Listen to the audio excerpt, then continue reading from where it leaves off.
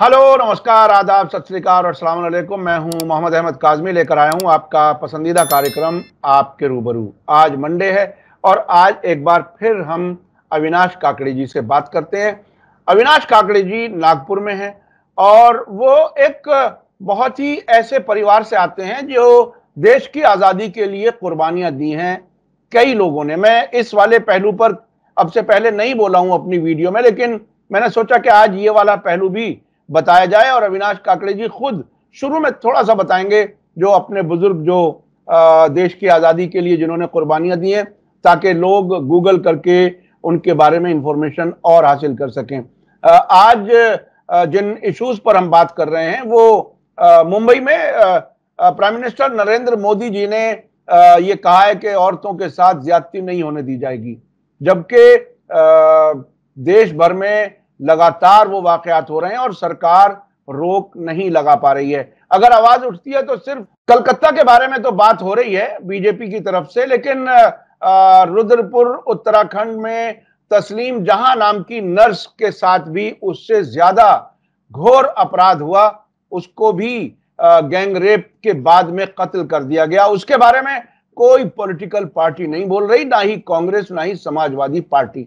ये है हमारे देश में सेकुलरिज्म का मकसद, शायद ऐसा रह गया है। उस पर हम बात करेंगे। उसके अलावा राम रहीम जो बलात्कार के सिलसिले में एक बहुत बड़े केस में वो जेल में रहते हैं, लेकिन पैरोल उन्हें बार बार मिल रहा है। वो क्या कुछ है। इसके अलावा एक और बहुत ही बड़ी खबर है। कंगना रनौत जो पिछले दिनों चंडीगढ़ एयरपोर्ट पर एक हरियाणा की पुलिस कांस्टेबल के जरिए थप्पड़ खा चुकी हैं और उन्होंने बाद में बताया कि उनकी मां किसानों के आंदोलन में थी और वहां उनके खिलाफ इन्होंने बहुत खतरनाक झूठे इल्जामात लगाए थे। उसकी वजह से उन्हें गुस्सा था, थप्पड़ लगा और उसके बाद पार्लियामेंट आकर के तकरीबन उन्होंने रोने जैसी कुछ बात की। अब उन्होंने एक और बड़ा बयान दिया है।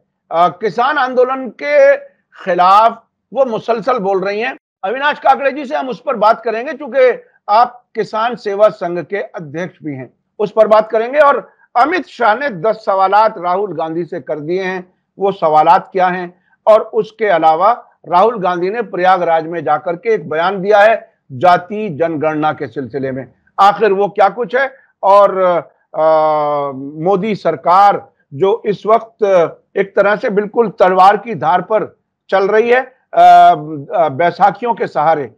जैसे ही बयान आया राहुल गांधी का, उसके फौरन बाद पेंशन का ऐलान हुआ और सैटरडे में एक कैबिनेट मीटिंग हुई, जो बहुत ही रेयर होता है। अविनाश काकड़े जी, वेलकम है आपका। मीडिया स्टार वर्ल्ड को आप समय दे देते हैं, उसके लिए बहुत बहुत शुक्रिया। आप ये बताइए, आप महाराष्ट्र में हैं, नागपुर में हैं, हमारा इंटरव्यू करते हैं, दर्शकों से रूबरू कराते हैं, इसलिए आपका भी धन्यवाद।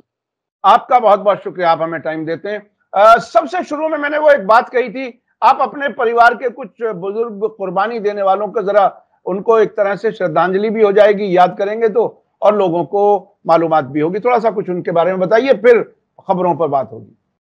जी, आज चेलुम का दिन है। इमाम हुसैन की शहादत को 40 दिन पूरे हुए हैं।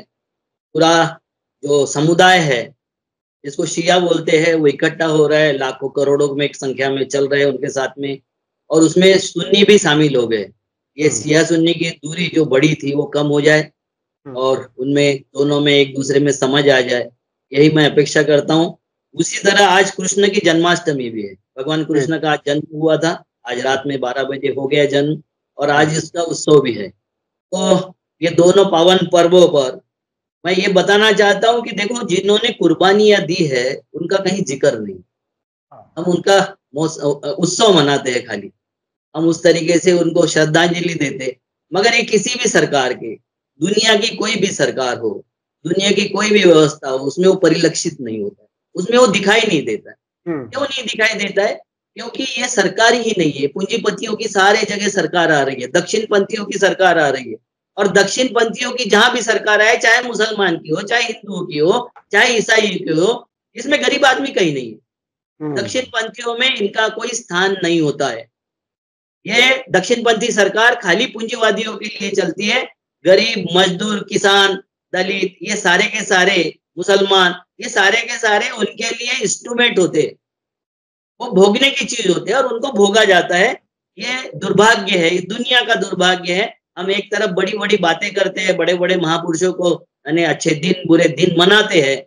हालाँकि आज मातम का दिन है, 40 दिन पूरे हो गए इमाम हुसैन जी को, मातम का दिन है। मगर बड़े जो लोग मरते हैं तो वो शिक्षा और दीक्षा दे के मरते हैं।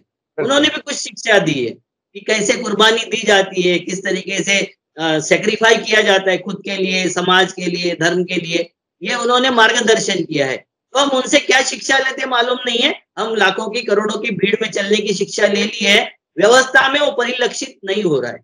ये वास्तविकता है। तो ये वास्तविकता के साथ हम आगे बढ़ते हैं। ये मेरे परिवार का 1942 में 13 अगस्त 1942 से लेके 17 अगस्त 1942 तक मेरे परिवार के 3 लोग मारे गए अंग्रेजों के विरोध में। गांधी का आंदोलन जो था, वो गांधी के आंदोलन से प्रेरित होकर उन्होंने कुर्बानियां दी है। एक का मैं हॉस्पिटल के सामने पुतला है, नागपुर के सेंट्रल यूनियन रोड के शुरुआत में ही उनका पुतला है, और वो अपनी सेना के साथ में वहां जाके, और अंग्रेजों ने जब बोला कि यहाँ से चले जाओ, आप यहाँ जैसे आए हो तो आपको मारा जाएगा, तो चाचा मेरा छाती खोल के खड़ा हो गया और बोला तेरे में हिम्मत होगी तो छाती पे मारना, पीठ पे मत मारना गोली। ये बोल के वहां मारे गए। दूसरे 2 चाचा तो ना डेड बॉडी मिली उनकी, ना कुछ मिला, क्योंकि वो एब्सकॉन्डिंग में मारे गए। हमारे पास आज भी उनकी कोई खबर नहीं है। इनके सबके नाम भी बता दीजिए। एक का नाम है शहीद कृष्णराव काकड़े, दूसरे है बालकृष्ण काकड़े, तीसरे है मारुतराव काकड़े। ये तीनों उस वक्त हमारे फारिग हो गए, दुनिया से चले गए, मगर हमें ये पता नहीं चला। कृष्णराव काकड़े जी की तो डेड बॉडी मिली थी क्योंकि बाकी लोग उसमें थे। ये दोनों का कोई डेड बॉडी भी नहीं मिली और कुछ नहीं मिला। उसके बाद में हमको सुधरना चाहिए था। मेरे दादा 10 साल एब्सकॉन्डिंग में रहे, फरारी में रहे, हमारी सारी प्रॉपर्टियां जब्त हो गई।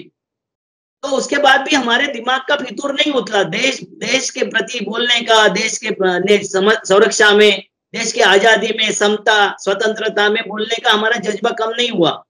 हमारे दादा 10 साल एब्सकॉन्डिंग में रहे। पिताजी जो बहुत शान से पढ़ने जाते थे, वो अनाथ विद्यार्थी गृह में पढ़े। इतनी बुरी अवस्था आ गई। वहां पढ़ के वो जब सेंट्रल गवर्नमेंट हेल्थ स्कीम में नौकरी पे लगे, फिर से एक महाराष्ट्र और विदर्भ आंदोलन हुआ, उसमें वो जेल में चले गए। फिर रास्ते पर हम आ गए। 4 अगस्त 1978 को डॉक्टर बाबा साहब आम्बेडकर का नाम मराठवाड़ा यूनिवर्सिटी को रखना चाहिए, इसलिए आंदोलन शुरू हुआ। और 4 अगस्त को मेरा एक सगा चचेरा भाई उसमें मारा गया, शूट आउट में मारा गया। तो पहली कुर्बानी थी नामांतरण आंदोलन के लिए, देश में समानता हो, दलित और सवर्णों के बीच में झगड़े ना हो, किसी के भी महापुरुष को सम्मान मिले, इसमें भी हमने कुर्बानियां दी है। तो हमारी कुर्बानियां निरंतर चलती रही। हमारे हरिभाऊ जी काकड़े हो, हमारे पिताजी हो धैर्यशील राव काकड़े, ये सब ने अपनी कुर्बानी अपने तरीके से दी है। तो ये कोई बहुत बड़ा विषय नहीं है, वो उस वक्त का वक्त था। हमारे परिवार ने बहुत सफर किया, उसकी कोई हम कीमत नहीं मांगते सर। मैं भी, मेरे ऊपर 100-125 केसेस हो गई किसानों के आंदोलन लड़ते हुए। हमारे ऊपर कोई चोरी, बलात्कार, हत्या के गुनाह नहीं है दर्ज। हमारे ऊपर है सरकारी काम में व्यत्यय, रास्ता रोकना, सरकारी ऑफिस में सख्ती से घुसना, यही है हमारे ऊपर। जितने भी होंगे वही केसेस होंगे। और ये देश के करीबन मेरे ख्याल से 15-17 राज्यों में केसेस थी मेरे ऊपर। अभी वो केसेस समाप्त हो गई है, 2-4 जगह रह गई है, बाकी समाप्त हो गई है। क्योंकि लड़ने का जज्बा हमको जो मिला वो पुष्टे नहीं मिला है। मैं यही कहता हूँ, जब मुझे कोई मारने की धमकी देता है, कुछ करने की धमकी देता है, तो मैं बोलता हूँ कि मेरे परिवार का इतिहास खटिया पे रह के मरने का नहीं है भाई। 99% लोग खटिया पे ही मरते हैं, मगर खटिया पे सोना किसी ने नहीं बंद किया। तो हम उस रेयर स्पेसिस में हैं, रेयर प्रजाति है जो लड़ के मरते हैं। उसका मैं वारिस हूँ और मैं वो काम कर रहा हूँ। ये मैंने सोचा कि इस पर बात हो। बहुत बहुत शुक्रिया। आपके बुजुर्गों ने बहुत बड़े काम किए हैं और आप भी मुसलसल बहुत ही बेबाक अंदाज में अपनी बात रखते हैं। ये लोगों को एक बैकग्राउंड में मिल गई, क्योंकि आप बहुत ही बेबाक अंदाज में बात करते हैं, तो मैंने सोचा इस पहलू पर भी आज बात हो जाए। अभी मोदी जी कल आपके राज्य में थे, महाराष्ट्र में, मुंबई में लखपति बहनों से मिलने के लिए गए थे। वो एक क्या कुछ तमाशा था और उसमें क्या कुछ कहा गया और कितनी ये सरकार संजीदा है, सीरियस है औरतों के हुकूक के बारे में? तो 12-15 करोड़ कुछ बहनों को लखपति बनाने की, 5-6 करोड़ बहनों को करोड़पति बनाने की बात कर रहे थे, प्रमाण पत्र दे रहे थे कि ये लखपति बन गई, ये हो गई। देखो मोदी जी के बारे में बोलना क्या है सर, 99% झूठ बोलते हो, सच बोलने का कोई अंश नहीं है उनके इसमें। लेकिन बहुत सलीके से बोलते हैं साहब, देखिए ये बात तो माननी पड़ेगी, इतने सलीके से बोलते हैं। डिस्कोर्स ऐसा पैदा किया गया है जैसे दिमाग में अगर फितूर पैदा करना होगा तो उसके लिए आपको किसी का भय दिखाना पड़ता है, और भय दिखाने के वो पुराने जमाने में आप क्या राजे महाराजा थे और अब कैसे भिखारी हो गए, और भिखारी होने के कौन कारण है, तो जिसके विरोध में हमने डिस्कोर्स पैदा किया है, औरंगजेब के विरोध में किया, मुसलमानों के विरोध में किया, हमने सच्चाई का इतिहास जाना ही नहीं कि औरंगजेब ने मात्र 10 मंदिर गिराए थे, उससे ज्यादा देव उत्पीड़न जो मंत्रालय बनाया था जम्मू कश्मीर के हिंदू राजा ने, उससे 10 गुना ज्यादा मंदिर उन्होंने गिरा दिए थे। औरंगजेब ने मंदिर गिराया तो कम से कम 25 मठों को और मंदिरों को उन्होंने बनाया भी था, हम नहीं बताते सर, हमको ये सब बताने की जरूरत नहीं है। तो ये झूठ का डिस्कोर्स सुनने वालों को जब ये पता चलता है कि ये हमारा उद्धार करता है, आज दुर्भाग्य से मीडिया ने उसको उद्धार करता प्रोजेक्ट कर दिया है, जैसे हिटलर को प्रोजेक्ट किया था, यही देश का उद्धार करेगा। जर्मन लोगों को समझ में आने में भी समय लगा था, अभी हमारे लोगों को धीरे धीरे समझ में आ गया, सबसे अच्छा उत्तर प्रदेश को समझ में आ गया। ये भाग्य है भारत देश का, क्योंकि सबसे ज्यादा गुड़ गोबर और ये गाय वाला जो मामला चल रहा था उत्तर प्रदेश में चल रहा था, उन लोगों को समझ में आया कि ये गाय गोबर गुड़ में हमको व्यस्त रखना चाहते हैं और सारी मलाई खुद चट कर जाना चाहते हैं, सारा माने जो है दही दूध मक्खन ये सब ये खुद चट कर रहे हैं और हमारे भाग्य में गोबर लिख रहे हैं। ये समझ में आ गया, ये अच्छे दिन है हमारे लिए, अच्छा शुरुआत हो गई है। तो मोदी जी ने जो बोला करोड़ों को ये बनाया वो बनाया, भाई उन्होंने नहीं किया, उन्होंने जो बोला था ना बेटी पढ़ाओ और बेटी पटाओ, वही सही था, है ना। उन्होंने कभी सम्मान की बात, नारी सम्मान की बात, वो पहलवानों को घसीट रहे थे उनके बारे में बोलेंगे, सेंगर के बारे में बोलेंगे, इनके बलात्कारी रोज निकलते उनके बारे में बोलेंगे, जहां भी बलात्कार होता है, वो जो लड़की है वाराणसी की उसके बलात्कारियों के बारे में, किसके बारे में बोलेंगे, क्योंकि इनकी शिक्षा ही बलात्कार से शुरू होती है। इनके सावरकर बोल रहे थे छत्रपति शिवाजी महाराज को कि किसी की बहू बेटी तुमने उठा के लाया और उसको छोड़ दिया, सम्मान पूर्वक छोड़ दिया, मुस्लिम की सीसी सरदार की किलेदार की वो बहू थी, तो छत्रपति ने उनको सम्मान पूर्वक वापस लौटाया, जिसने उसको पकड़ के लाया था उसको पनिशमेंट दिया और उनको महिला को माफी मांगकर ये बोला कि तेरी जैसी अगर इतनी सुंदर मेरी माँ होती तो मैं भी अब जितना हूं उससे ज्यादा सुंदर होता।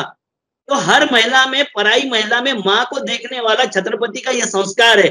हमारे देश में संस्कारों की बात करने वाले संस्कार क्या समझे सर, हमारे देश के संस्कार क्या बोलते हैं कि हमारे यहाँ वो ज्ञानेश्वर महाराज हुए, आता विश्वात्मके देवे एने वाग्यज्ञे तोषावे तोषो निमजदावे पसाए दाने, वो बोलते हैं कि बुरे लोगों की बुराई समाप्त हो, बुरे लोग समाप्त हो नहीं बोलते, इतने महान विचार वाले। इसमें 1975 तक हमारे देश में कत्लेआम चल रहा था, वन्य पशुओं का लाइसेंस देते थे, जैसे अफ्रीका में देते हैं, धन पशु आके वहां निरीह पशुओं को मारते हैं, उस तरीके से 75 में चल रहा था।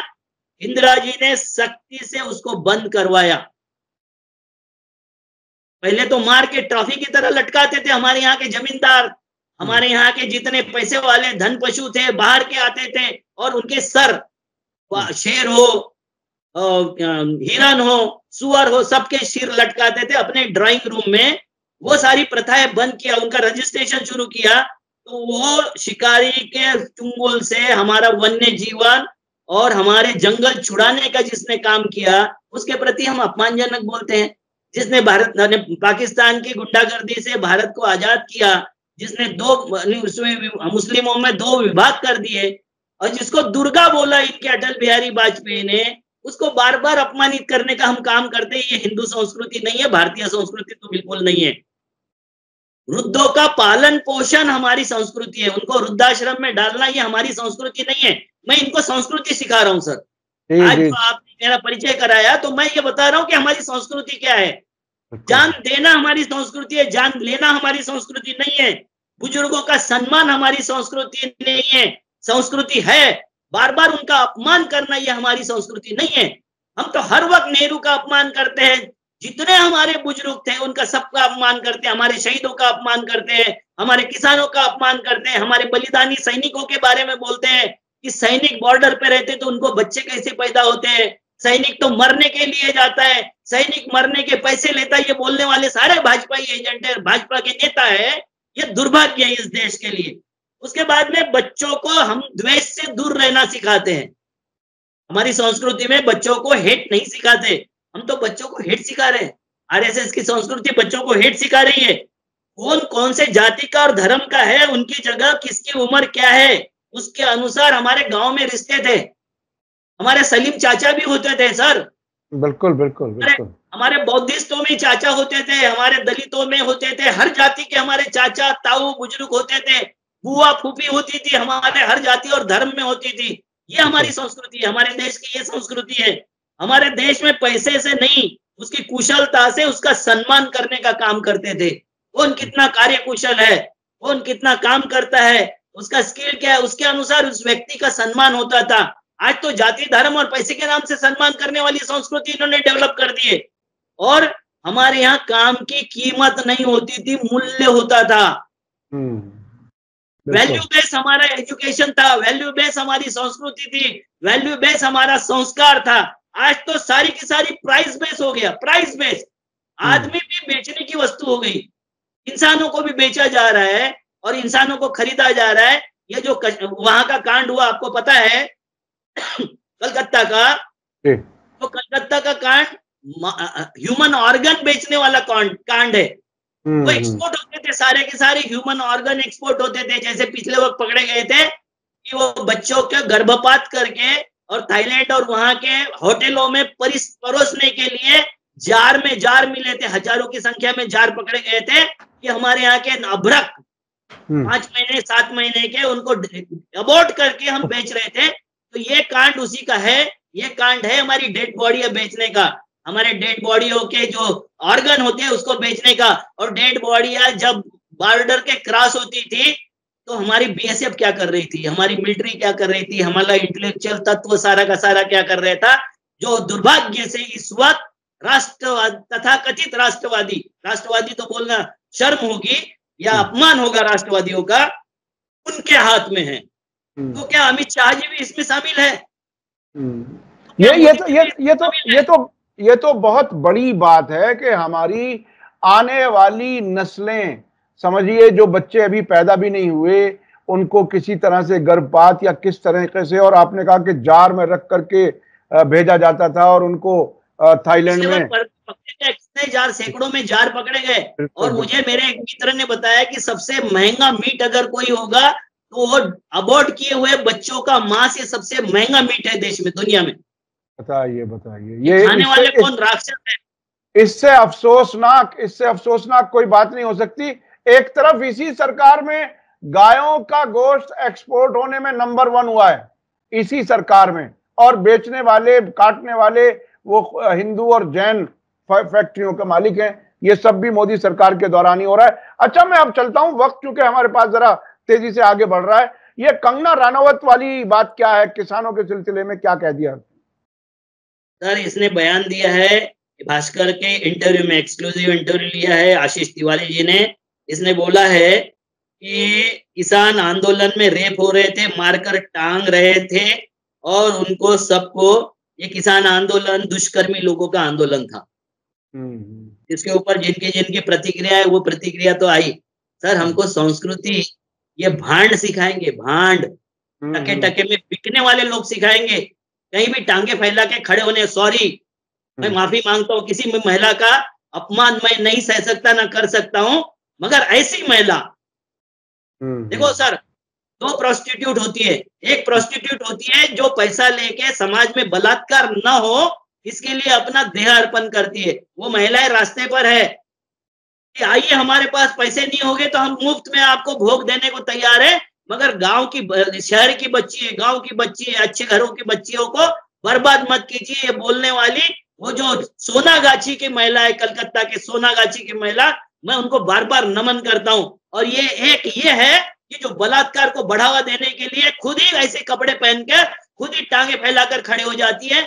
ये महिलाएं अब किसानों के बारे में भी बोल रही है, और वो सांसद है इस पार्टी की, जो पार्टी हमें संस्कृति और सभ्यता सिखाती है, जो पार्टी हमको सम्मान करना सिखाती है, जो पार्टी हमें राष्ट्रभक्ति सिखाती है, जो पार्टी हमें महिलाओं का सम्मान और सत्कार कैसे करना सिखाती है, जिनका मुखिया हमको महिलाओं के सम्मान के बारे में भाषण देता है, वो उसी पार्टी की वो महिला वो खुद टके टके में बिकने वाली अपने प्रमोशन के लिए, अपने पिक्चर के प्रमोशन के लिए और खुद सांसद बनने के लिए किस हद तक गिर सकती है, ये इसका जवाब आरएसएस को भी देना चाहिए और मोदी जी को भी देना चाहिए।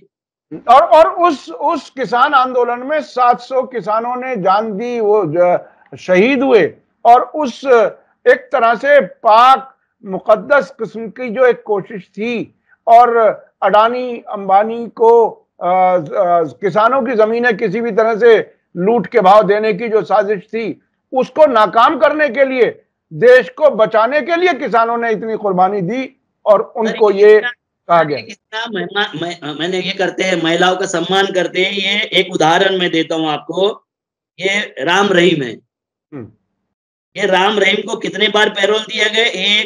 24 अक्टूबर 2020 को, 2021 और 20 के बीच में दिया गया, अक्टूबर 24 को, मई 2021 को दिया गया, 22 और 21 के बीच में, फरवरी 28 से लेके 21 तक दिया गया, 17 जुलाई से 18 तक दिया गया, यानी मतलब 22 और 23 में, 21 और 22 में इसको 4 बार पैरोल दिया गया। फिर एक पैरोल दिया गया 15 नवंबर से लेके 40 दिन का पैरोल था। फिर उसके बाद में एक पैरोल दिया गया जनवरी 2023 को 40 दिन का। फिर उसके बाद में जुलाई अगस्त 2020 से 20 जुलाई से 20 अगस्त तक 30 दिन का पैरोल दिया गया 2023 में। और फिर बाद में 21 दिसंबर 13 से लेकर 13 जनवरी तक एक पैरोल फिर दिया गया 21 दिन का। जनवरी 19 में दिया पैरोल फिर 19 दिन का, 50 दिन का, सॉरी, जनवरी 19 से लेके 10 तक, मार्च 10 तक उनको पैरोल दिया 50 दिन का। और अगस्त 13 से 2 सितंबर तक अभी पैरोल है उनका दिया गया है, ये भी है करीबन 21 दिन का। जब इलेक्शन यानी वो उपयोग करते हैं, यानी वो कभी उपयोग करते सर। हाँ, बिल्कुल बिल्कुल बिल्कुल। जिसको कोर्ट ने बलात्कारी घोषित किया उसका उपयोग खाली इलेक्शन के लिए करते, तो इनके लिए ना महिला है, ना गरीब है, ना किसान है, ना ओबीसी है, ना एससी है, ना एसटी है, ये सबका शोषण करके मात्र राजनीति चमकाना चाहते हैं। और ये दूसरे को अगर किसी ने बोला महाराष्ट्र के बादलापुर में छोटी सी 4 साल की बच्ची के साथ में हुआ, तो हमारे यहाँ के नेता बोल रहे थे कि बलात्कार पे राजनीति नहीं करना चाहिए। वहां क्या कर रहे थे? वहां क्या कर रहे हैं? आपको एक बात बताता हूं सर, मुसलमान तो इस देश में खुद का ही वजूद नहीं समझता है, खुद ही गजब है। ना इतिहास पता है मुसलमानों को, ना वर्तमान पता है, ना भविष्य क्या होगा पता है। आप बताइए, रुद्रपुर की तस्लीम जहां नाम की एक नर्स, जिसको प्राइवेट अस्पताल में वो नौकरी करती थी, बेचारी गरीब महिला, उसका परिवार रहता था उस वक्त मेरे ख्याल से नैनीताल में रहता था, वो है रुद्रपुर की, नैनीताल में रहता था। उसको बलात्कार करके, सामूहिक बलात्कार करके मार दिया, एब्सकॉन्डिंग की रिपोर्ट लिखी, जब डेड बॉडी मिली तो सब चुप है। और उस पे विपक्ष भी चुप है, ये है बहुत ही तकलीफ दे वाली बात। सर विपक्ष को देखो, कोई गांधी का नाम लेना बहुत आसान है, मगर गांधी के नाम के सारे जितने नुकसान हो वो झेलना भी, सच बोलने के लिए नुकसान झेलना पड़ता है। मेरे राजनीति में कई नुकसान हुए क्योंकि मैं सच बोलता हूँ। चुप रहना बहुत आसान है ना सर, बहुत आसान है चुप रहना, मगर सच बोलना, देखो मैंने देखा आपको, हर वक्त मैंने आसिफा से लेके बिल्किस बानो से लेके हर महिला के लिए बोला है, चाहे वो हिंदू हो चाहे मुसलमान हो, क्योंकि मेरे लिए महिला मेरी माँ और बहनें हैं। बिल्कुल बिल्कुल बिल्कुल। इंसानियत जो है वो अहम है, कोई कौन किस धर्म का है ये देखना जरूरी नहीं है। मजलूम है, जिस पर जुल्म हुआ है, उसके साथ तो खड़ा होना ही चाहिए, चाहे वो किसी भी धर्म का। यहाँ पैसों के लिए बलात्कार करवाते घूमने वाली माननीय बन जाती है, उनको सम्मान मिलता है, और वो फिर हमारे सेक्रीफाई को, 700 किसानों के सेक्रीफाई को वो हत्या करार देती है। जैसे गांधी का वध करते हैं। ये गांधी क्या निरीह प्राणी था? ये हत्यारों की संस्कृति है सर। ये इनसे संस्कृति सीखने की हमें जरूरत नहीं है। इनको तो निपटाना पड़ेगा, सख्ती से निपटाना पड़ेगा। जी जी जी जी बिल्कुल। ये कि आरएसएस और जो ये नजरिया है, इसको बहरहाल निपटाना पड़ेगा। दक्षिणपंथी जो पूंजीपतियों के हाथों और हिंदू राष्ट्र की कहानी दुनिया के सामने रखते हैं। अच्छा, हमारे पास वक्त बहुत कम रह गया। अमित शाह ने राहुल गांधी से 10 सवाल किए हैं, जरा जल्दी जल्दी कुछ बता दें ताकि हम वक्त के अंदर ही बात अपनी पूरी कर लें। सर 10 सवाल भी पूछ रहे हैं, आपको ये भी करना है। हाँ, क्या किया जाए? देखिए, अमित शाह बहुत कम सवाल पूछते हैं। देखिए, सवाल पूछने का हक आमतौर पर अपोजिशन को होता है। यहाँ ये सरकार का होम मिनिस्टर सवाल कर रहा है, इसलिए ये पूछना जरूरी है कि ये क्या पूछ रहा है। सर ये 2-4 मिनट में पढ़ देता हूँ, बाकी हाँ, बस हाँ, कुछ नहीं करूंगा। तो प्रयागराज में राहुल गांधी ने एक चुनौती दी थी कि भाई जातीय जनगणना करो, 50% का स्लैब तोड़ो, और नहीं तो मोदी जी कुर्सी खाली करो। हम नीतीश कुमार जैसे लोग जो है, जो जाति गणना के पक्ष में, उनको लाएंगे, पीएम बदल देंगे। ठीक है। अब ये आपको बताना चाहता हूँ मैं, पहली बार हुआ है कंधार विमान अपहरण के बाद पहली बार शनिवार को कैबिनेट की मीटिंग हुई है। और ये बहुत गंभीर विषय है। थोड़ा समय अगर है आपके पास तो मैं बताना चाहता हूँ। हाँ, बताइए। राष्ट्र पर आपदा आती है जब ये कैबिनेट की बैठक शनिवार और इतवार को होती है। राहुल गांधी का ये स्टेटमेंट आपदा कैसी हो गई सर, कि जिसमें कैबिनेट की बैठक बुला के हेडलाइन आने वाली थी जनगणना की आज, तो हेडलाइन करवा दी उसकी, क्या बोलते हैं, पेंशन वाली हेडलाइन करवा दी। और मैं ये बोल रहा हूं कि तुमने जो पेंशन के इसमें लागू किया उसमें बहुत सारी खामियां हैं, बहुत सारी। कि आपने क्या किया, पहले अटल बिहारी के जमाने से ये पेंशन वाला लफड़ा शुरू हो गया। राजीव गांधी जैसे ही उनकी हत्या हो गई, राजीव गांधी की हत्या के बाद में ये सारा देश पूंजीपतियों के हाथ में बेचने का, उनके हाथ में देने का एक स्पर्धा लग गई कि कांग्रेस वाले ज्यादा तेजी से देते हैं, बीजेपी वाले तेजी से देते हैं, अटल बिहारी देते हैं, मनमोहन सिंह देते हैं, या फिर मोदी जी देते हैं। इसके लिए स्पर्धा लग गई। और हमारे यहाँ के जो सरकार थी, समाजवादी सरकार थी, जो सोशलिज्म के साम्यवाद से ज्यादा करीबी थी, वो पूंजीवाद की तरफ बढ़ गई। संविधान वैसा ही रहा, मगर सरकार की प्रायोरिटी बदल गई। अब सरकार की प्रायोरिटी समाज नहीं है, सरकार की प्रायोरिटी पूंजीवाद है। और हमारे प्रोविडेंट के पैसे, हमारे सोशल सिक्योरिटी के पैसे, हमारे जितने बचत के पैसे, वो सबके सब हमने शेयर मार्केट के सट्टा बाजार में लगा दिए। हमारे प्रोविडेंट फंड के भी पैसे शेयर मार्केट में लगा दिए, हमारे बैंकों के भी पैसे लगा दिए, हमारे LIC के भी पैसे लगा दिए। हमने बता दिया लोगों को कि हम पेंशन नहीं देंगे। अब पेंशन फंड में आप पैसे जमा करो, 10% आपका कटेगा, 14% हम देंगे, सरकार ने बोला, अटल बिहारी जी ने, उस वक्त की सरकार ने। और 24% पैसा कहाँ लगा दिया, तो शेयर मार्केट में लगा दिया।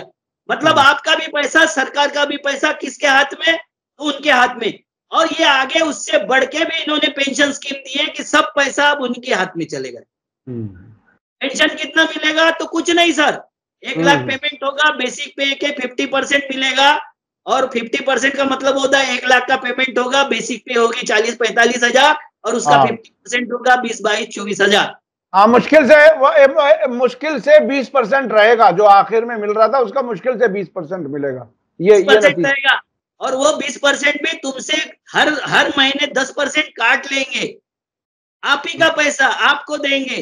अटल बिहारी जी ने तो वन टाइम देके सेटलमेंट कर दिया था और बता दिया था कि आप रेस खेलो, आप सट्टा खेलो, आप जुआ खेलो, आप मार्केट में पैसे लगाओ, उससे मुनाफा जो आएगा उससे परिवार चलाओ। और इस फील्ड के बाद में ये देश भ्रष्टाचार की भट्टी में झोंक दिया गया, क्योंकि जब उन सरकारी नौकरों को सोशल सिक्योरिटी नहीं रही, पेंशन के बाद की सिक्योरिटी नहीं रही, तो पैसा इकट्ठा करने के लिए वो दौड़ पड़ा। और पूरा देश आज भ्रष्टाचार के आगोश में है। ये भ्रष्टाचार समाप्त करने की बात करते हैं, तो भ्रष्टाचार तभी समाप्त होगा जब जो सूत्रधार है, वो सूत्रधार ही खुद को अनसेफ फील कर रहे। आज अडानी और अंबानी खुद को अनसेफ फील कर रहे, तो वो सरकारी बाबू कैसे सेफ फील करेगा। ये हालत है देश की। सारे के सारे असुरक्षित महसूस कर रहे हैं आर्थिक बारे में। और उसके बाद में एक स्टेटमेंट आया उनका, सरकार का, कि ये 10 सवाल पूछे गए और दूसरा स्टेटमेंट आया प्रशांत किशोर पांडे जी का, वो बोल रहे हैं कि जाति निहाय जनगणना से बेरोजगारी बिहार की दूर हो गई क्या? मैं उनसे पूछना चाहता हूं कि उसको लागू करने दिया क्या? कि तुम्हारे लोग गए थे कोर्ट में और उसको स्टे करवा दिया। स्टे करने के बाद कैसे लागू होगा? और जातीय जनगणना को जिसने स्टे किया वो पूछ रहे हैं कि राहुल गांधी ने 8,500 की गारंटी दिया था, 1 लाख की गारंटी दिया, उसका क्या हुआ? तो केंद्र में राहुल गांधी की सरकार आई क्या? हाँ, बिल्कुल बिल्कुल, सरकार आएगी तभी तो वादा पूरा होगा। और तुमने सरकार आने के बाद तुमको 10 साल हो गए, 15 साल आप चलोगे, आपने 2 करोड़ नौकरी होकर 15-15 लाख देने का जो वादा किया था, क्या आपने पूरा किया?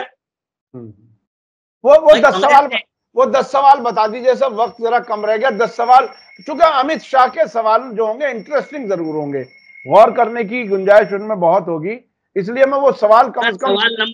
सवाल नंबर 1 है कि मोदी सरकार ने 370 और 35 हटाने से दलित, आदिवासी, पहाड़ी, पिछड़े, गुज्जर, बकरवाल का संरक्षण दिया, वहां समाप्त करोगे क्या? पहला सवाल है। ये किसी को जनगणना करके संरक्षण देने की बात नहीं करते, ये किसी को सुरक्षा नहीं देंगे। उनसे पूछ रहे कि फारूक अब्दुल्ला से आपने ये किया, क्या उनकी सुरक्षा हटा दोगे?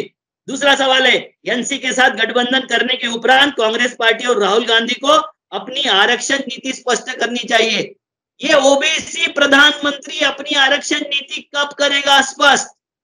जी 52% ओबीसी, 18% एससी, 12% दलित, आदिवासी, ये सब 82% का क्या होगा? ये नीति स्पष्ट करनी चाहिए आरएसएस को और बीजेपी को।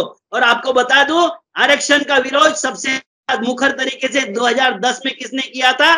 तो भैयाजी जोशी और मागो वैद्य ने किया था, जिनसे कांग्रेस डर गई थी और जाति जनगणना में 2011 में पीछे हट गई थी।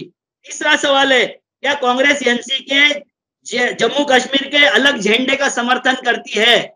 तीसरा सवाल, अब मुझे बताइए कि जिसने वो मुफ्ती मोहम्मद सईद का डबल झंडा लगा के शपथ दिलवाई थी, उनके साथ में साझा किया था, उस वक्त 2 झंडे लगाए थे, वो सवाल पूछ रहे।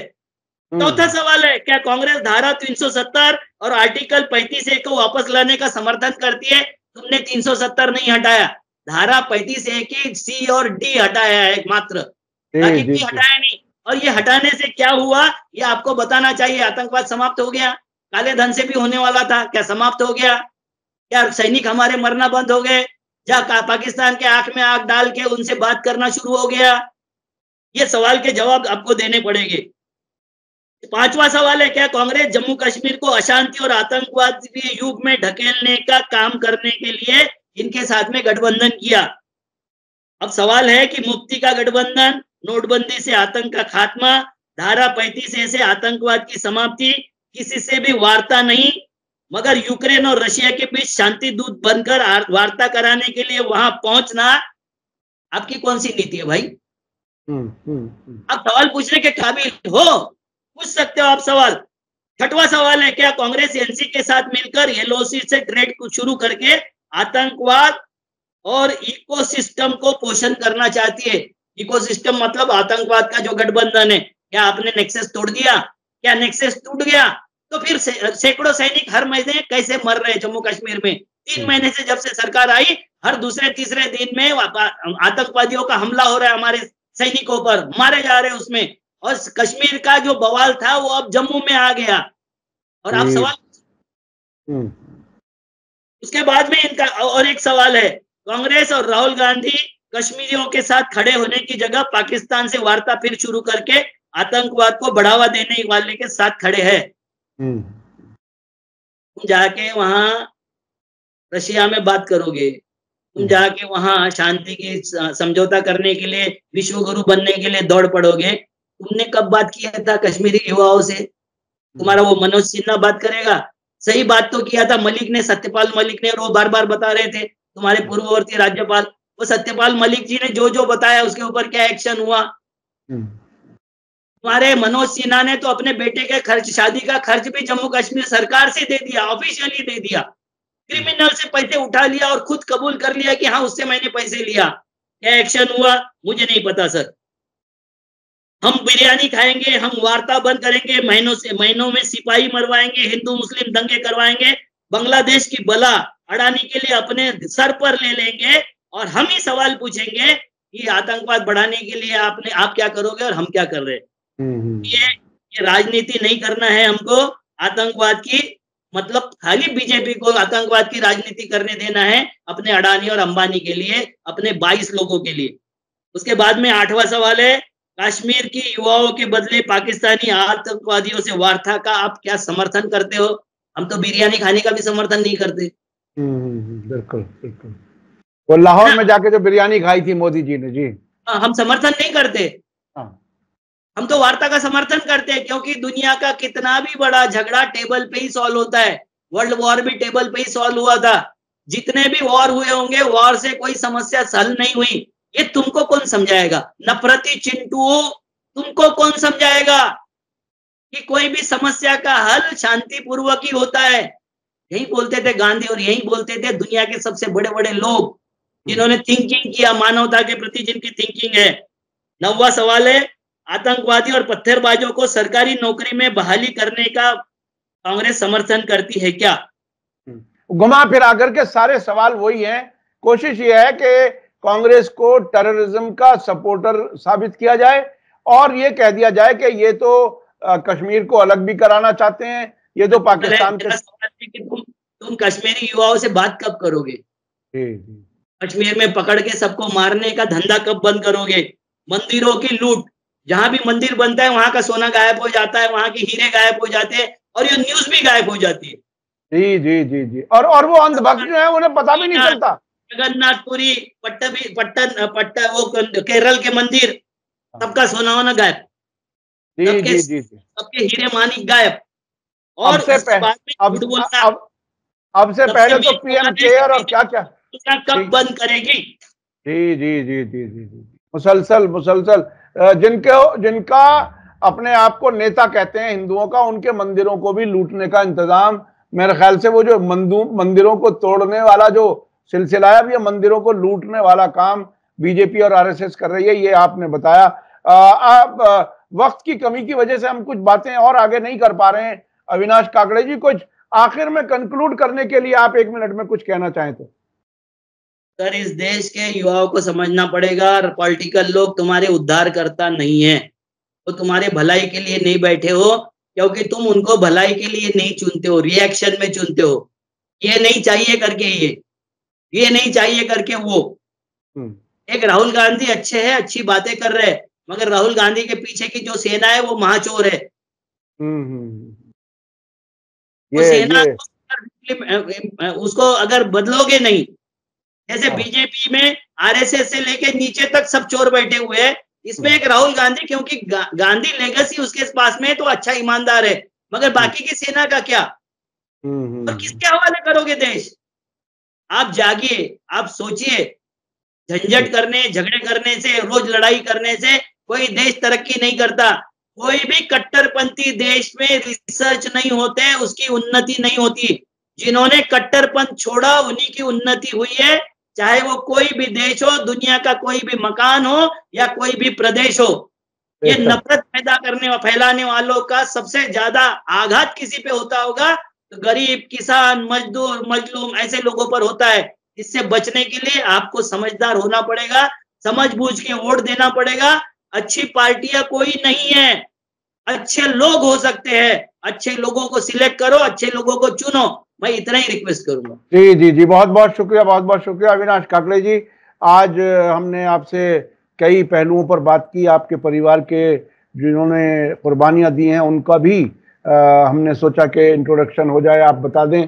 चूंकि मैं कई अलग अलग सोर्सेज से आपके बारे में जानता रहा और आज मैंने सोचा कि इस पर भी बात हो। और देश की जिस तरह से हालात हैं उस पर आपने मोदी जी की जो एक तरह से महिलाओं के सिलसिले में मुसलसल झूठ बोलना और राम रहीम जैसे बलात्कारी को बार बार पैरोल देना और मंदिरों से सोना लूट लेना इसी सरकार के दौर में हो रहा है। इससे ज्यादा और क्या होगा? नफरत की वजह से तो देश को बांटना है ही, हिंदुओं के मंदिर भी नहीं छोड़े जा रहे। ये और भी खतरनाक है, बहुत खतरनाक है, इसे समझने की जरूरत है। इसी के साथ मुझे दीजिए इजाजत। धन्यवाद, शुक्रिया, जय भारत, जय हिंद। मीडिया स्टार वर्ल्ड के और वीडियो देखने के लिए हमारे चैनल को सब्सक्राइब करें और सीधे नोटिफिकेशन पाने के लिए बेल आइकन दबाएं। और अगर हमारी खबर सच्ची और अच्छी लगे तो अपने व्हाट्सएप, इंस्टाग्राम, फेसबुक और ट्विटर अकाउंट पर जरूर शेयर करें।